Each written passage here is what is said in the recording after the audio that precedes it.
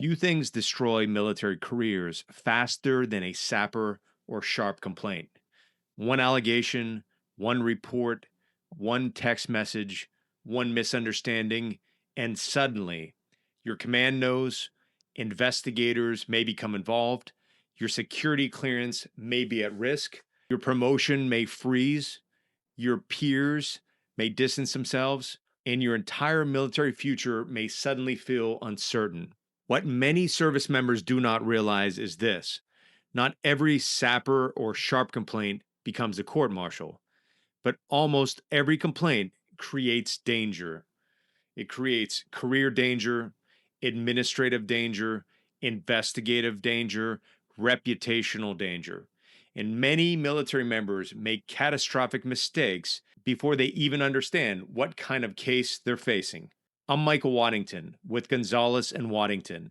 I'm a criminal defense lawyer, a court martial attorney, been practicing military law for 25 years.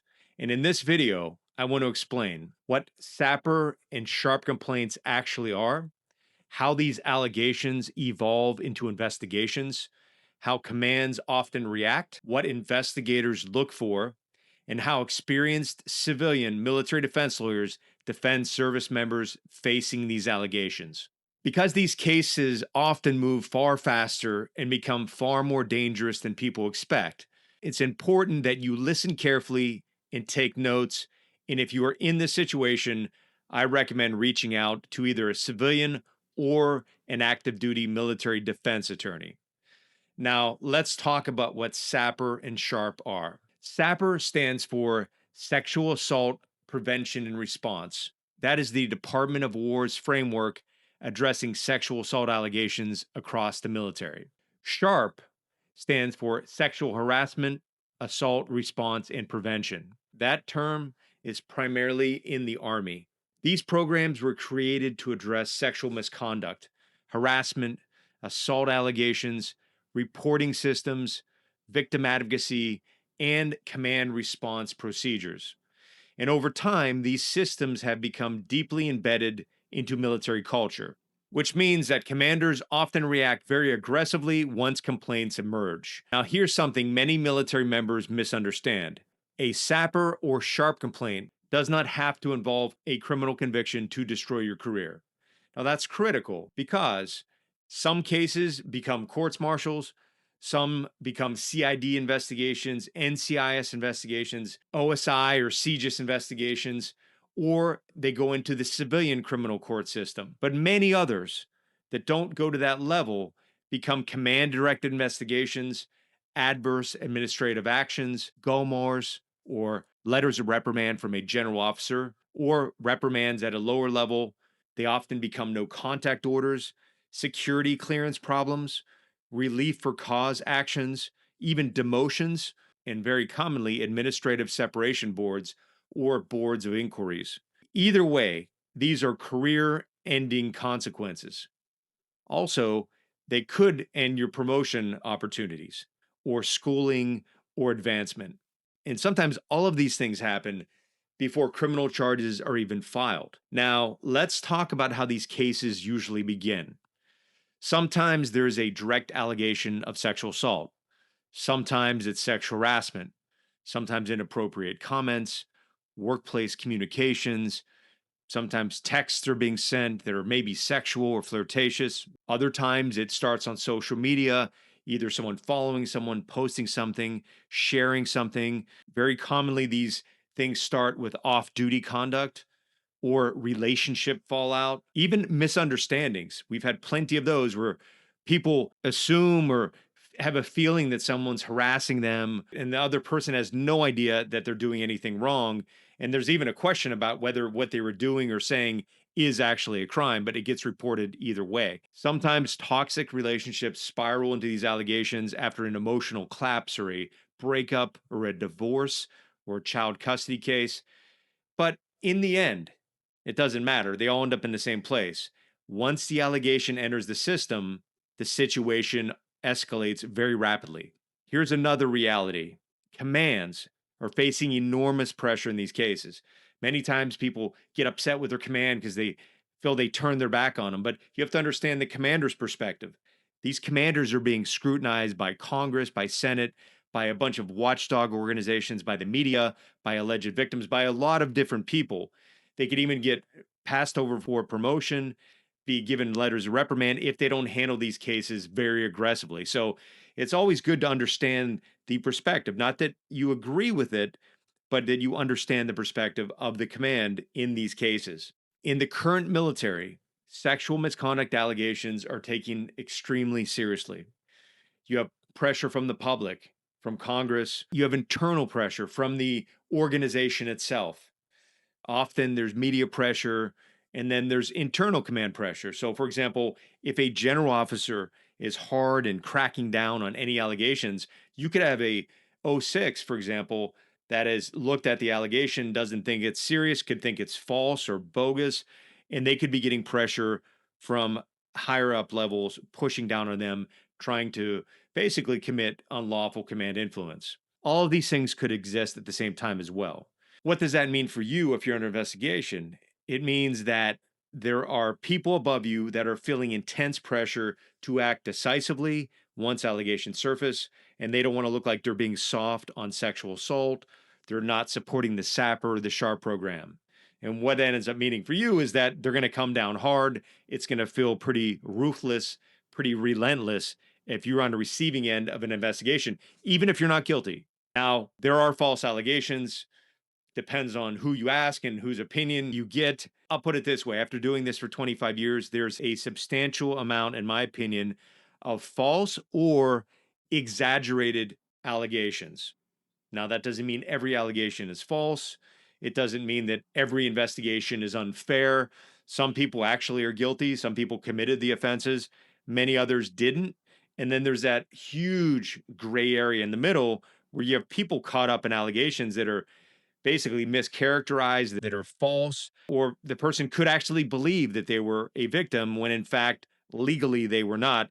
Either way, if you're being accused, you're caught up in the middle of this and you're stuck whether you're guilty, you're innocent, you're falsely accused, or you're the biggest offender in the world. You're all stuck in this same crossfire, which is very difficult to get out of, whether you're guilty or not. Service members must understand that if this SAPR SHARP system is activated against you, the wagons circle and they're circling and you're not on the inside. Whether you were a former commander, if you're the soldier, sailor, airman, Marine of the year, it doesn't matter. You're on the outside. You are now the enemy in many ways, and they're coming after you, and it's not going to be pretty in many situations. Now, I want to talk about one of the biggest mistakes accused service members make. They try to fix these situations emotionally. They try to deal with them emotionally and they take it very, very personally.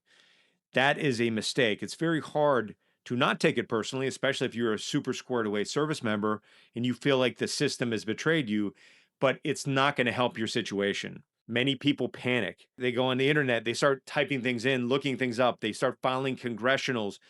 Anything you write into your search engine, into AI searches on Reddit, it could be potentially used against you if the government gets access to that. All those congressionals that you plan on filing, the IG complaints, the EO complaints, blasting everyone in your chain of command, I recommend you don't do that. You need to get legal counsel, whether it's a civilian lawyer or a military lawyer or both, as soon as possible so you don't make mistakes that screw up your case going forward. Other people, they're like, hey, it was a misunderstanding. I'm just going to clear this up the old fashioned way. I'm going to do what I'm taught in the military, have some integrity, take ownership. So they start sending apology texts. They'll go confront the person who's accusing them and start apologizing and asking for forgiveness and trying to talk it out. Or they'll start messaging on social media and sending emails or trying to clarify what actually happened and why the person misunderstood it. Or they get angry and they confront the person that way. Every one of these things I just described can and will have devastating effects later.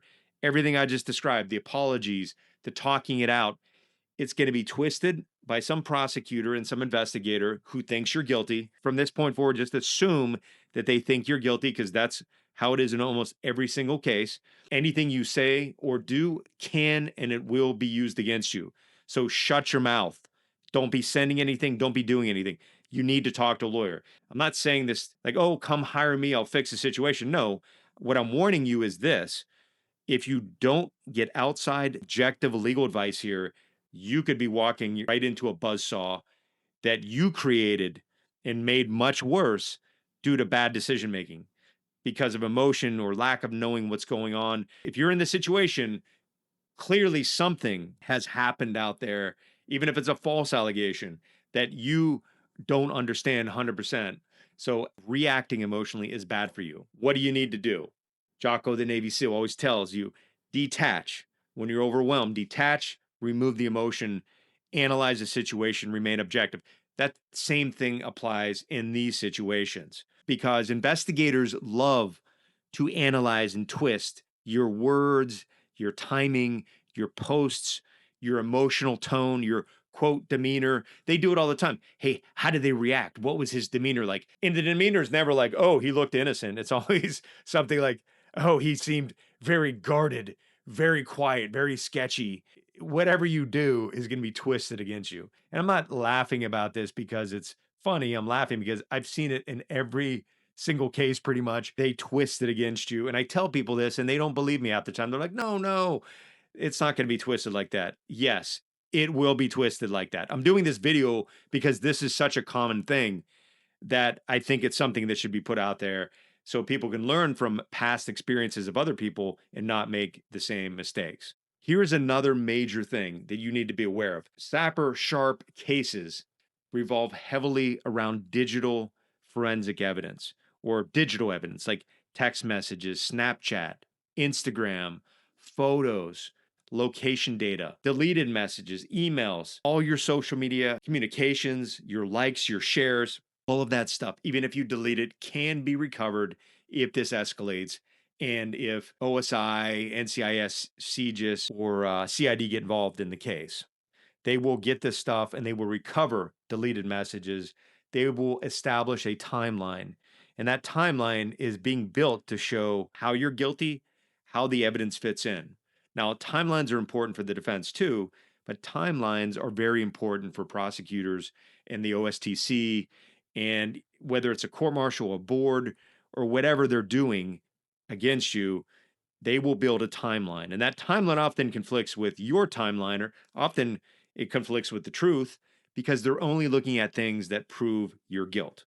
So remember this: modern military sexual misconduct investigations are often digital evidence investigations. Now, that includes evidence that's given to them by the alleged victim. That evidence is almost always cherry picked and it's allowed to happen. If you were to hand over 50 messages and delete 100, that'll be used against you. You're hiding evidence, you're obstructing justice.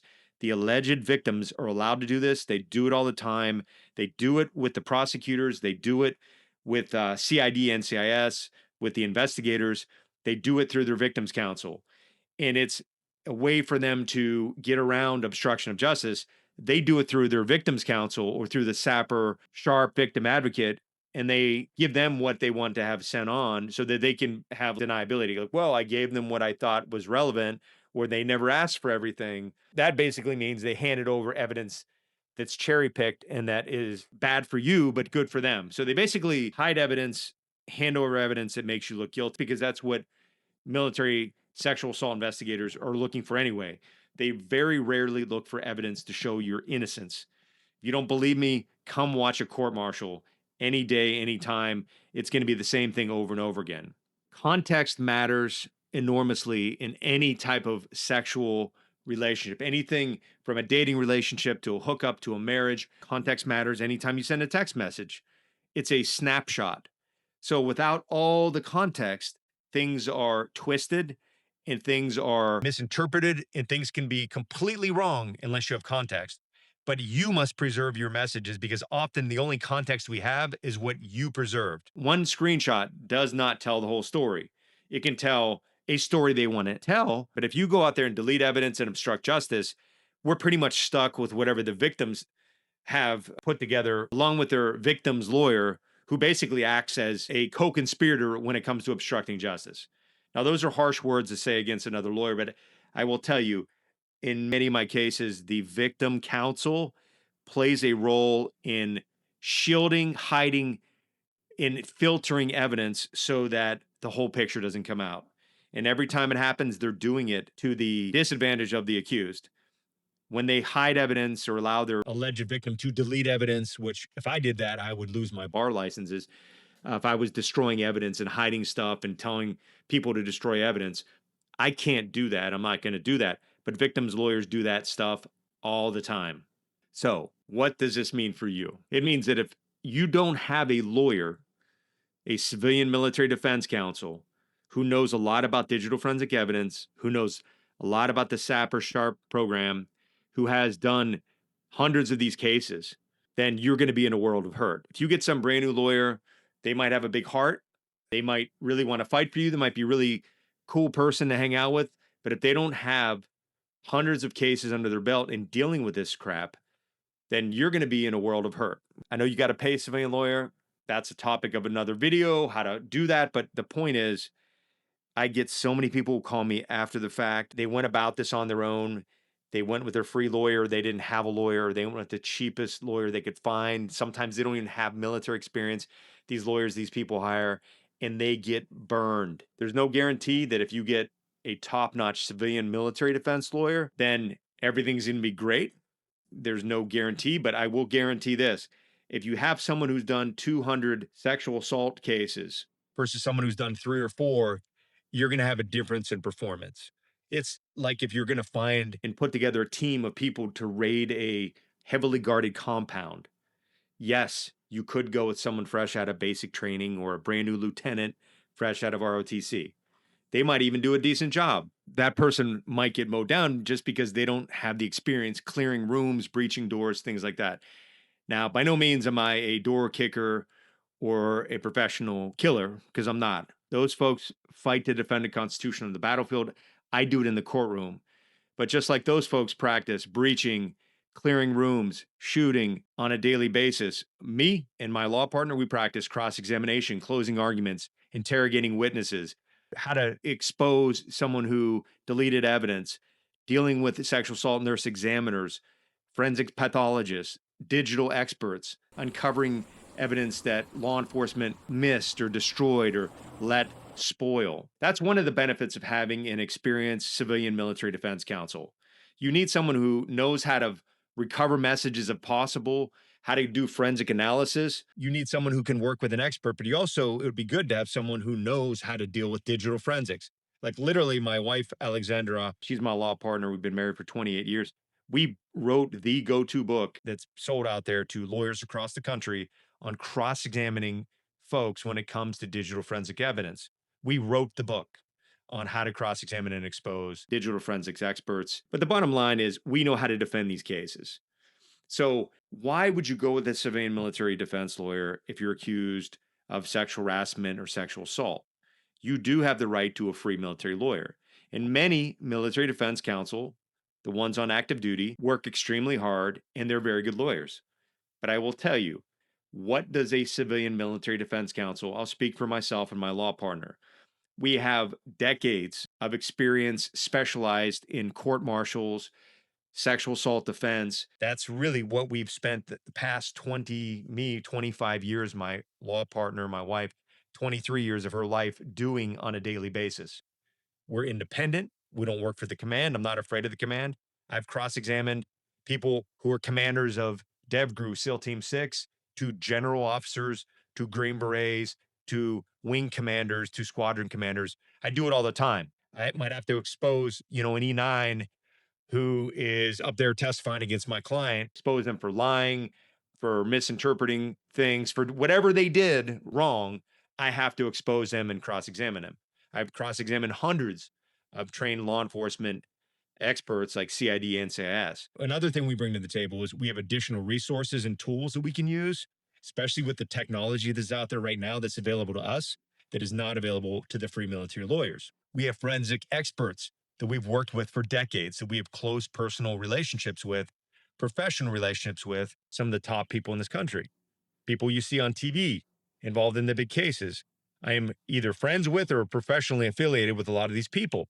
I teach at conferences with them. I can get on a phone call if I need one of them and have them respond to me often in a matter of minutes. We also have access to outside investigative resources if it's necessary and appropriate for the case. Now, often that costs more money if we're going to get a team of investigators involved, but that's something that we can do. In terms of digital forensic evidence, we have people on speed dial who can have your phone recovered, preserved, and extracted. Even if you deleted stuff, it depends on the phone, obviously, depends on the facts, but we have people that can get that done very quickly. On top of that, we have decades of trying cases and teaching these skills to lawyers across the country. Now, some of the things that I've been focused on since I've been a military lawyer, going back to 2001, is Article 120 cases. I've done probably more Article 120 cases than any other type of case. Now, there's different subsections of those, but I do them a lot. On top of that, I've done murder, war crimes, white collar, you name it. I've done many, many SAPR investigations, dealt with many, many hundreds of SHARP complaints, SAPR investigations, and I know how to win these credibility battles. Like myself and my law partner and other civilian military defense lawyers, we tend to focus intensely on cross examination. That is for like an infantryman shooting, calling in air support, now working with drones, doing all those sorts of things to kill the enemy. That's what they do. What I do is I cross examine. I am an expert in cross examination. I've taught it probably 30, 40 times in the past 10 years to lawyers across the country. And I've written 9 books on trial advocacy, cross examination, and military defense and sexual assault. I'm also an expert in investigative failures. That's a huge thing we do.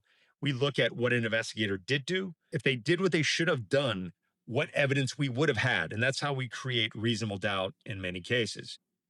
I also have written and taught extensively and cross examined extensively on false allegations.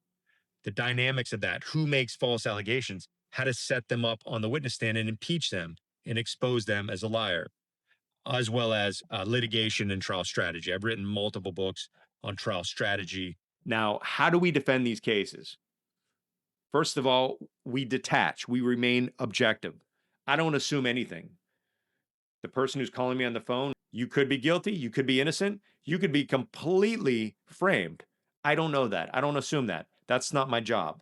My job is to come in and listen, gather information, and come up with a plan to help you get out of this situation if possible with the least amount of damage to your life, to your career, to your family, to your reputation, to everything. Now, sometimes we can do that pretty easily. Sometimes it is a long, drawn out fight that lasts years. The other thing we don't do is panic.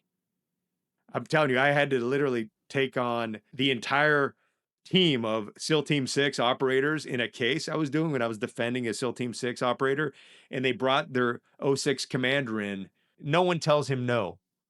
And he tried to steamroll me, and I had to cross examine these people and expose them on the witness stand, and they were pissed. But I can't be doing that if I'm panicking, if I'm worried, if I'm some neurotic person. I'm not. I fought many of these cases. I stay cool, calm, collected, and we take the battle to our opponent. We like to collect and analyze actual evidence, not assumptions, not ROIs that are speculative. That means we objectively analyze interviews, statements, text messages. That can include what's in there and what's not in there. We can sometimes tell when OSI is telling them what to write. I could tell a lot of times that the statement was written by CID, and then they tell the person just sign below.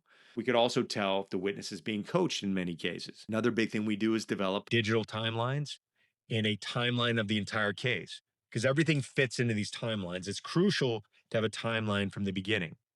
On top of that, we then plug in what witnesses are necessary. Now, a lot of our cases, we have the client come forward and their family, like they give us all these names and they want us to go put on this case to prove the person's innocence. You are presumed innocent. Now, if you do your case right, you will teach the jury that there's a presumption of innocence. The judge will tell them that. And then you win your case by attacking, through your lawyers, obviously, the weaknesses in the government's case. The government's job is to prove you're guilty. Our job is not to prove your innocence. It is to blow up their case, to destroy their case. Another thing we have to look at is command actions, things that are done also by prosecutors and the OSTC people. We look at prior relationship dynamics. I think there's a story behind every case. That's one of the first things I do is I want to get the story. Whether you talk to me or my law partner, Alexandra, we interview you in the beginning, like on the consult, even, we're figuring out what's the story. Often it's not even what you're telling us the story is.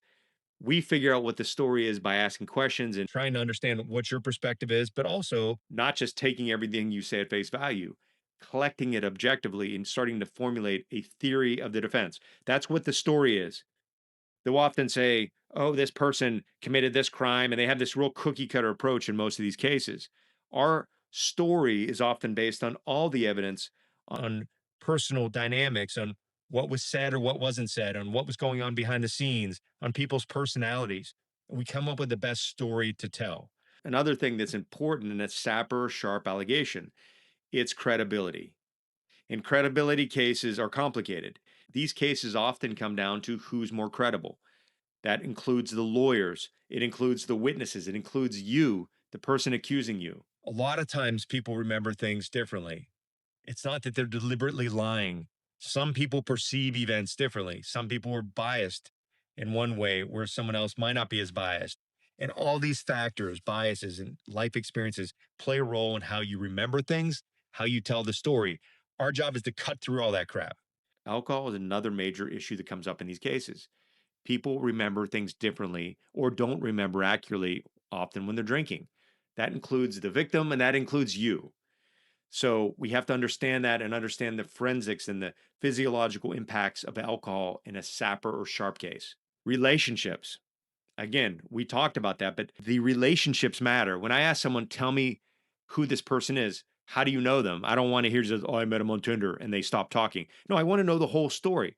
What did they say? What was the first interaction like? We're not trying to be politically correct here. We're trying to figure out who the person making the allegation is, who you are, how all the people play a role in this, and how to tell this and turn this into a story and how to tell the story.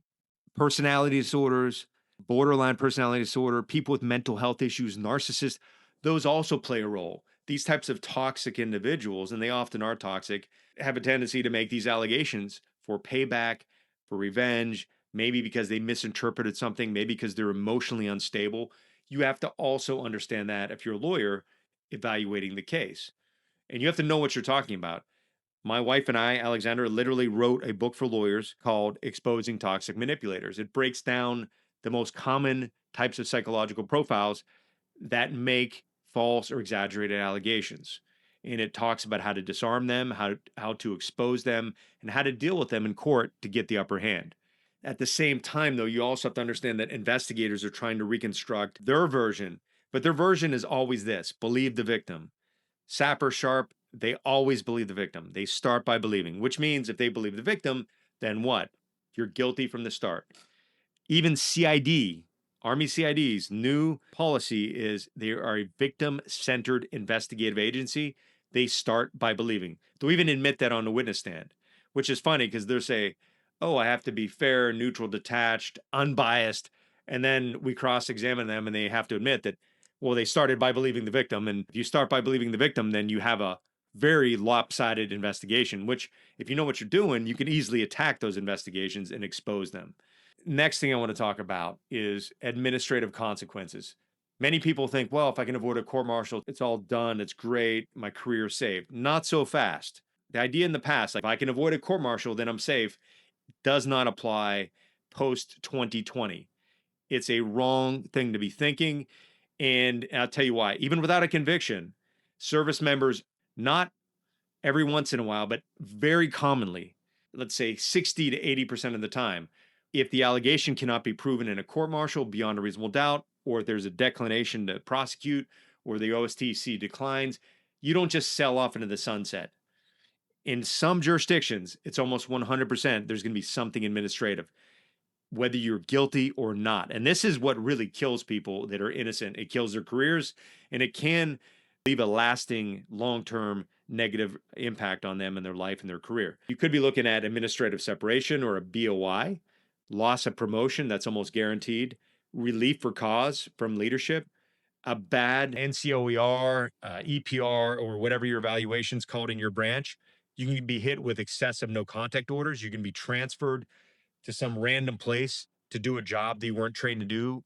Like I've had clients who were sent down to the motor pool and told to like sit in the corner and look busy when the person's a pilot or an intelligence analyst or someone in cyber warfare. Now they're sitting down at the motor pool or at the gymnasium handing out basketballs. Now, if that's your job to hand out basketballs, that's great. Or if your job is to work in the motor pool, that's great. But if your job is to fly a fighter plane or to do something like be a doctor or a nurse or do something that requires certain certifications, and they tell you to go sit down in the gym or mow the lawn for the next 2 years, you can imagine what that does to your career, even if your name is cleared. You could end up losing your security clearance, very common, and they could take your retirement if they kick you out. You could have 22 years in and get kicked out of the military with no retirement, with an other than honorable discharge, based on a flimsy investigation, based on a flimsy allegation that never went to court martial, even if you never got a NJP, Article 15, or Captain's Mast. Another very common thing is to get a letter of reprimand. They'll throw that in there, and then that's now in your official file that it'll say something like, you are being reprimanded because you sexually assaulted and committed abusive sexual contact against, fill in the blank. They'll put that in your file. So when you go apply for jobs or go back to school to get a master's degree or something, and they ask about any discipline, you're going to have to give them a reprimand from a general or an admiral saying you raped somebody. That's not career enhancing. Okay. That can basically screw you without any due process for the rest of your life. What do you need to do psychologically? You need to be prepared mentally. You have to have a warrior mentality, not a victim mentality. I tell people this all the time. I don't want any victim clients, okay? I don't care if they're screwing you over left and right. Your victim mentality needs to stop because you cannot win, and I can't help you as much as possible if you're sitting around whining and complaining. Now, I know you could be completely getting railroaded, screwed over, but you cannot have that mindset. You have to be very stoic. You focus on what you can control. That starts with your emotions. It starts with whether you get a lawyer or not. It starts with whether or not you're blasting apology letters out in social media and email. If you're stoic, you remain quiet, focused on what you can control. Get a lawyer, get a civilian defense counsel or a military lawyer as soon as possible and start strategizing.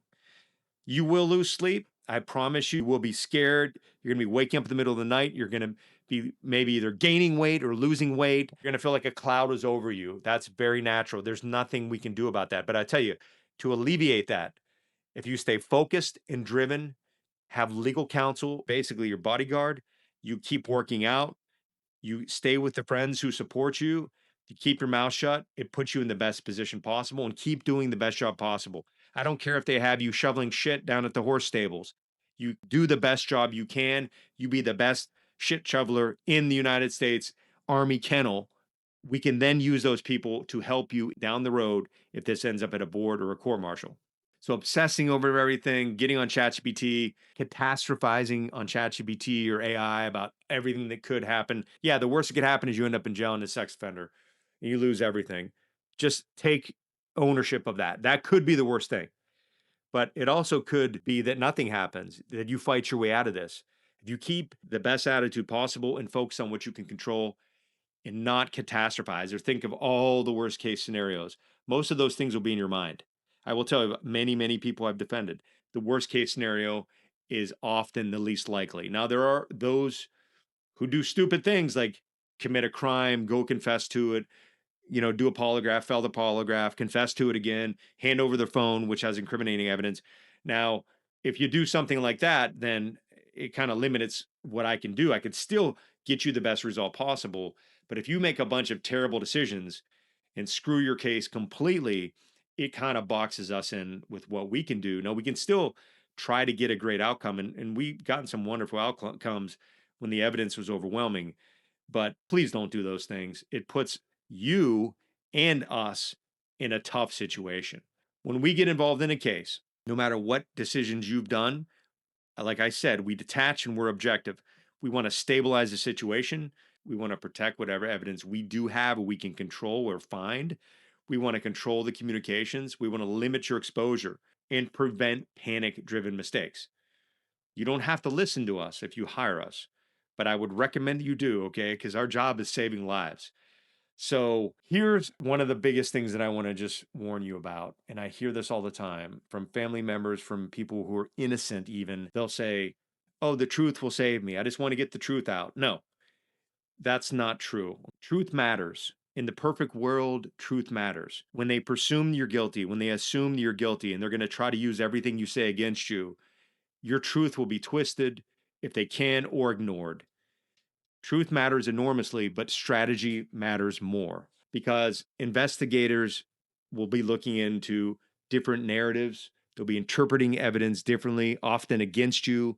They'll be analyzing your credibility. They never look at the victim's credibility or look at anything bad the victim's done. They're going to be building up witnesses to say you're a liar, you had a motive, you're a criminal, you're a pervert, whatever it is, they're going to be looking at your credibility. They will be building digital timelines. And then, like I said early on, there's institutional pressure. And many good people accidentally damage their defense before they even understand the battlefield. So if you take nothing from this video, remember this. SAPR and SHARP complaints are not just simple human resources HR issues. They can become criminal investigations, administrative separation actions, security clearance problems. They could take your retirement and end your career very quickly. The early stages matter enormously. Preserving texts, not doing interviews, saving text, phone evidence, and not providing incriminating information to the government, limiting command interactions, and staying unemotional. All of that matters. My name is Michael Waddington, a civilian military defense lawyer. I'm with the law firm of Gonzalez-Waddington. Been doing this now for 25 years, defending and saving service members' lives, many of whom are charged with SAPR allegations, SHARP complaints, Article 120 cases, all types of military investigations, whether it's CID, NCIS, OSI, or CGIS. I've done hundreds of courts martials, many hundreds of administrative actions, and many administrative separation boards. So remember this, if you're in trouble or you need some advice, reach out for a free consultation. We do free consultations.